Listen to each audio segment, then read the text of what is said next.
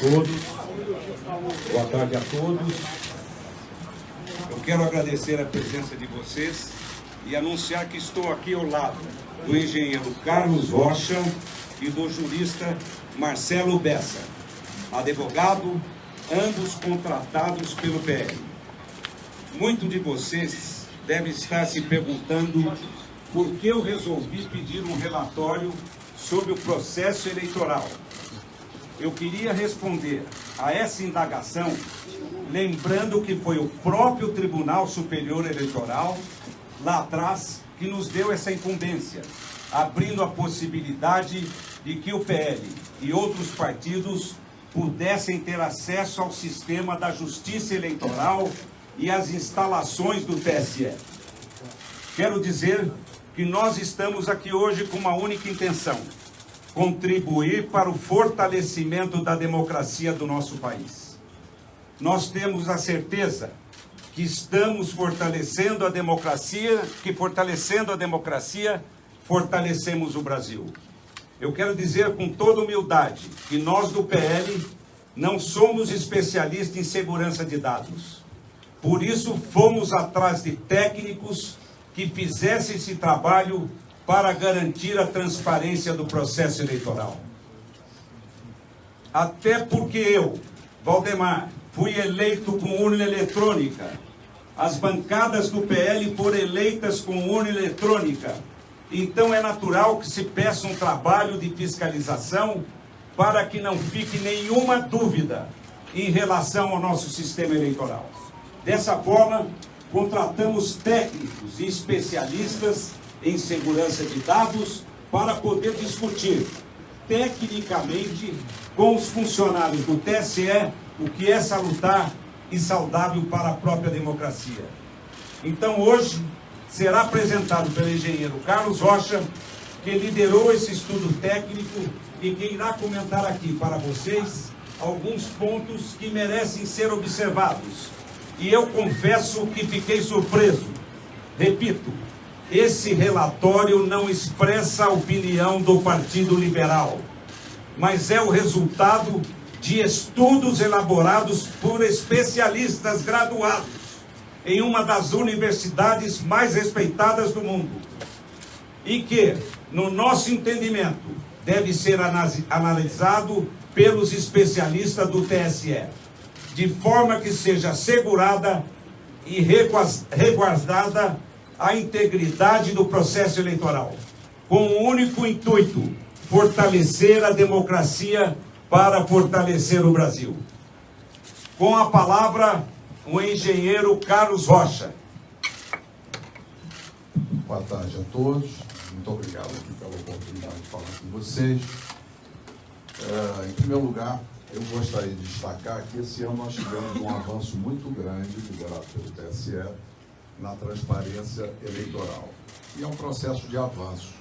Foi criada a Comissão de Transparência Eleitoral, o Observatório de Transparência Eleitoral, e no dia 1º de agosto nós tivemos lá na primeira reunião do encontro das entidades fiscalizadoras. Naquele momento, recebemos inclusive vários documentos, sendo que um dos documentos muito interessante, muito bem feito, é o glossário das eleições informatizadas de 2022.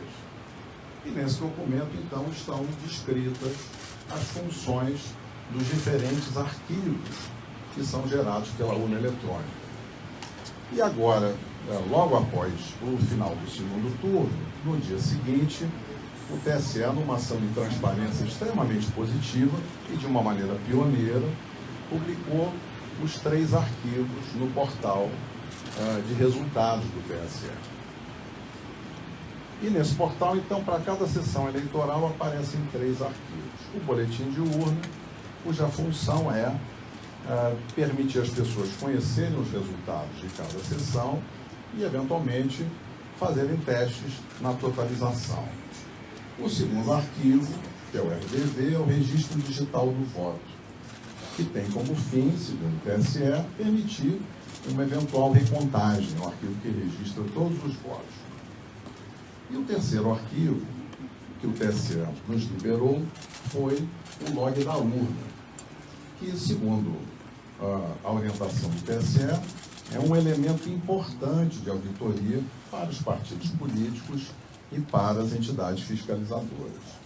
E o que aparece nesse log de urna é como se fosse um diário, né, de todas as atividades que cada urna eletrônica realiza, desde a sua preparação no TRE até o final do segundo turno. Imaginem vocês um diário em que cada linha registra uma atividade.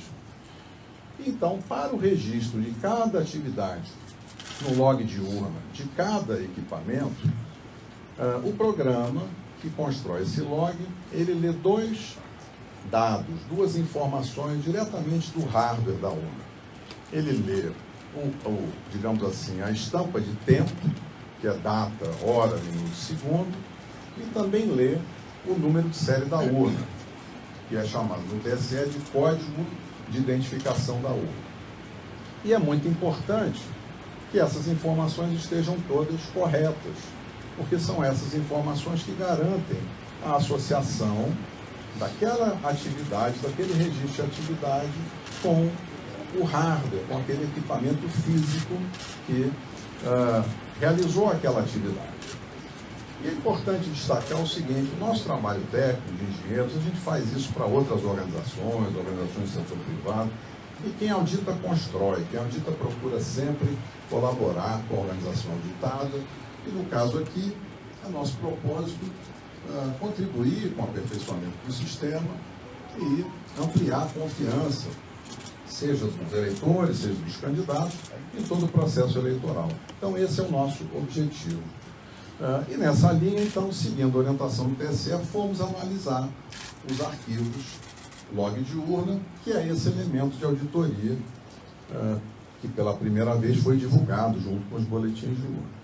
E como é que a gente fez isso? A gente foi buscar uma plataforma inteligente de dados, usamos também plataforma planilhas Excel, mas como as tabelas são muito grandes, foram construídas duas grandes bases de dados, uma com todas as linhas de todos os boletins de urna, para fazer análise de registro de votos, e a outra tabela, uma grande tabela, com todas as linhas de todos os arquivos log de urna, de todas as urnas. São mais de 472 mil urnas. Ao montar essa tabela, aí surgiu uma ocorrência, que foi que nos chamou a atenção. Em alguns milhões, na realidade, em alguns bilhões de linhas,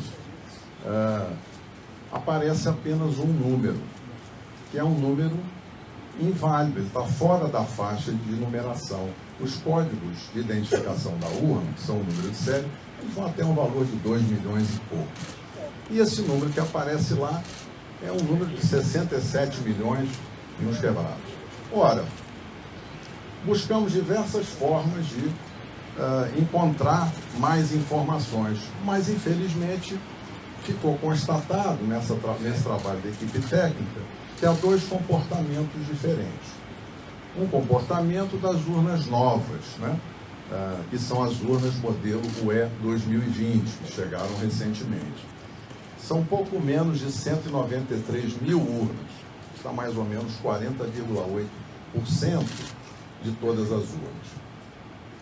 E nessas urnas 2020, o arquivo é gerado da forma esperada. Então, em cada linha que registra cada atividade, aparece o código de identificação da urna correto, que permite associar, então, vincular aquela linha de registro de atividade à urna que realizou aquela atividade.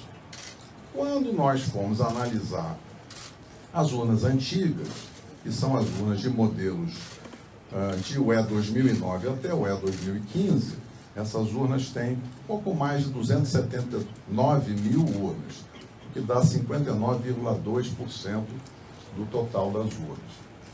Nessas urnas, infelizmente, encontramos esse número inválido na quarta coluna do log. Esse é um indício muito forte, porque de falha, de mau funcionamento da urna, porque é impossível associar o registro de cada atividade ao hardware, ao equipamento físico que teria gerado aquela atividade.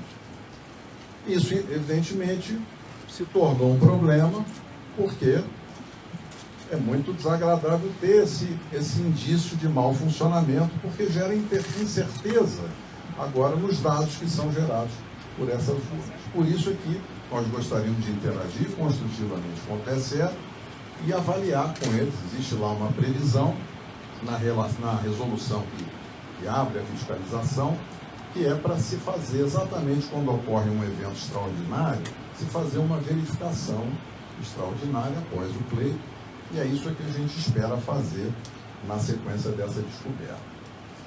Um outro tema para finalizar é que surgiu uma outra ocorrência, que também é uma ocorrência importante, porque descobriu-se que existem urnas que travaram, assim como o nosso celular trava, assim como o computador trava, e quando acontece isso, a gente precisa muitas vezes desligar e ligar de novo. E isso aconteceu com urnas eletrônicas. Então, urnas travaram e foram desligadas no meio do período da votação, na chave, possivelmente o mesário fez esse desligamento, e foram religadas para que a urna voltasse a funcionar. Isso não seria um problema se não tivesse ocorrido uma violação do sigilo do ato de votar. Porque o que acontece é que, na hora que a urna trava, em diversos momentos isso aconteceu durante a votação de um eleitor, quando esse erro ocorre, a urna trava e aí registra no log uma linha de atividade com a mensagem de erro, mas que expõe os dados pessoais de eleitores de duas formas. Seja no nome completo do eleitor, em algumas ocasiões, em torno de 200 ocorrências, seja expondo o número do título de eleitor daquele eleitor que estava votando no momento em que a urna travou. Ora, esse ponto é um ponto muito sensível, porque o sigilo da votação e o sigilo do ato de votar é um direito constitucional. Então, na hora que a gente identifica uma ocorrência que viola o sigilo do ato de votar, esse é um tema que traz muita preocupação. Então, será muito importante trabalhar com os colegas do Tribunal Superior Eleitoral para averiguar o que poderá ter causado esse tipo de ocorrência. Mas o que na realidade, resulta dessas duas ocorrências, tem outros indícios, e possivelmente aí o relatório técnico vai ser divulgado, vocês vão ver dados mais detalhados sobre a análise que foi feita. Mas a gente resolveu falar para vocês, nesse tempo curto, dessas duas ocorrências. Então, finalizando, uma ocorrência é em cada linha de registro da atividade e funcionamento da urna. Em todas as urnas, modelos antigos, o código é inválido. Então, é impossível associar aquela atividade com a urna que realizou. Isso, então, é um indício muito forte de que há um problema nos programas. Esse problema pode ter diferentes causas, o relatório entra nesse detalhe. E o outro ponto é essa ocorrência da violação do sigilo do ato de votar. Então, acho que esses são os dois pontos e eu encerro aqui a minha observação. Quero cumprimentar aqui nosso líder no Senado, o Portinho. Quero cumprimentar também o Adineu, nosso líder na Câmara. Quero cumprimentar o Magno Malta. Nossos deputados estão aqui, vários deputados que vieram aqui, Gustavo, que veio aqui nos prestigiar, General Girão e muitos deputados, Luiz Lima. Quero agradecer a presença de todos. E quero passar a palavra agora para o advogado Marcelo Bessa. Boa tarde a todos. Eu vou tentar ser bem breve para explicar as razões jurídicas. Estão vendo melhor? Ok. Vou tentar ser bem breve para explicar as razões jurídicas que levaram o Partido Liberal a ingressar com esse pedido perante o Tribunal Superior Eleitoral.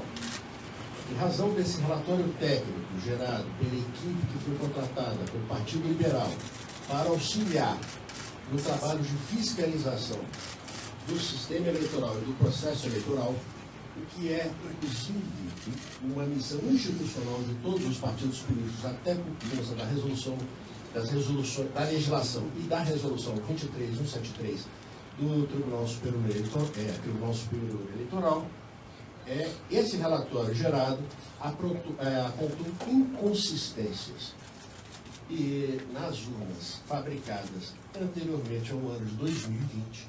Essas inconsistências são recorrentes em todas estas urnas. Com relação às urnas fabricadas em 2020, essas inconsistências não existem. Segundo foi apurado pela nossa área técnica contratada, essas inconsistências não permitem atestar o resultado ou que aquelas urnas efetivamente registraram o resultado eleitoral ou a vontade do eleitor.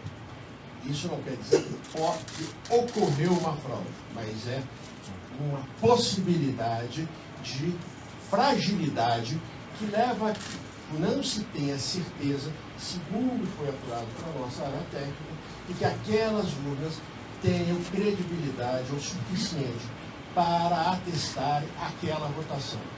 E o que aconteceu também foi isso, um dado relevante técnico, que levou ao Partido Liberal a essa.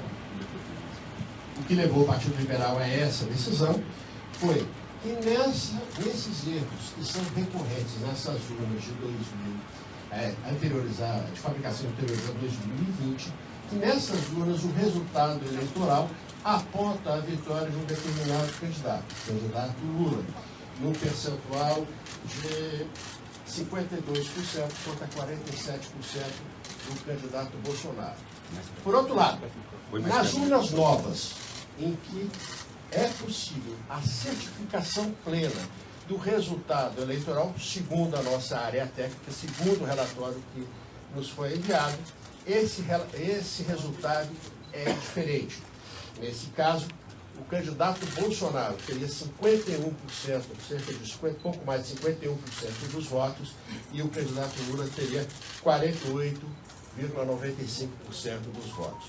Há, então, dentro de um dado objetivo, uma discrepância de resultados que, então, com base na resolução do próprio Tribunal Superior Eleitoral, fizemos uma representação para que o Tribunal Superior Eleitoral